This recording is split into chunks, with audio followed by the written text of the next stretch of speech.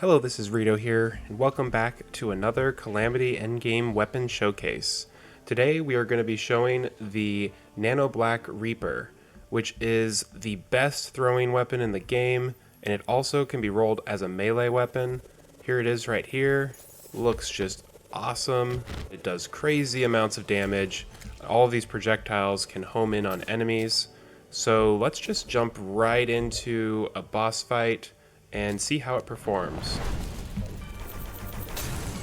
So that's crazy good damage right there. That's probably one of the fastest things I've killed. Let's try it once more. Yeah, it's almost instantaneous. And I don't even have to aim because all these little projectiles that I'm shooting just home in right on the boss and kill him. So let's toss this. Let's try the Cosmic Worm really quick. It's pretty fast. I think the Elemental Excalibur might have killed that faster, so I'm not sure. This might be a similar tier, but I think just the homing aspect of it, I mean, that's still one of the fastest clears I've seen.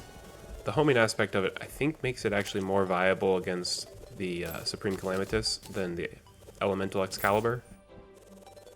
And if you're doing a rogue class, this is for sure what you're going to want to go with, because it's just nothing better. Let's check out the DPS. Let's try it first on a single target. And just for reference, I'm wearing Auric Tesla armor right now, and I've got a bunch of endgame accessories. Not all of them are optimized for damage. They are menacing, but some of these are more defensive accessories. I also have a lot of potions equipped, which are helping to boost my damage. So it's showing 2,474 melee damage with everything I've got equipped right now. It's got insanely fast speed, and it unleashes a storm of Nanoblack energy blades. These blades target bosses whenever possible. And I've got it rolled to Godly, which is the best modifier for the melee version. Let's give it a shot and see what damage it does on a single target. So we're seeing about 270,000 damage.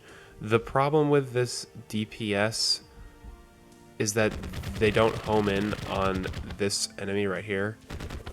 And so we're mainly just getting the damage of the blade itself and whatever projectiles happen to be on the dummy.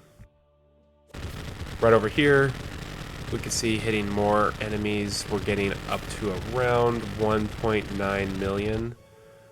And once again, we've got all of the stuff on this side, which is not actually homing in. So in actuality, if you're playing a boss, all of those are going to be hitting the boss, and you're going to do a lot more damage than what this is showing. But still, almost hitting 2 million on a group of target dummies like that is quite good. And if you equipped a few different accessories and rolled them a little bit more optimized, you could probably squeeze out a bit more damage as well. I also wanted to just try this real quick on an invasion. I'm doing a solar eclipse just to see how it does. And this is obviously the endgame solar eclipse where everything is much stronger. I just threw on a Zerg potion to see how things go. It can actually shoot through the ground, which is pretty cool. You can see all of these little blades are all focusing and just destroy Mothron. Another thing is, when I'm shooting these, I can just continually shoot them, and when enemies spawn, you'll notice they'll just suddenly go and fly towards the enemy. So it's really nice. Even if there's no enemies around, still shooting it means that when they do appear, like right there, it all flies up and kills that one enemy. So it's really nice, very effective. The homing aspect of it means that against Supreme Calamitas, you'll be able to focus on dodging, and you'll still be able to just crank out crazy amounts of damage. I think that's enough of the Eclipse. Let's put it back today and finish off these last mobs. I wanted to also show how to craft this awesome weapon.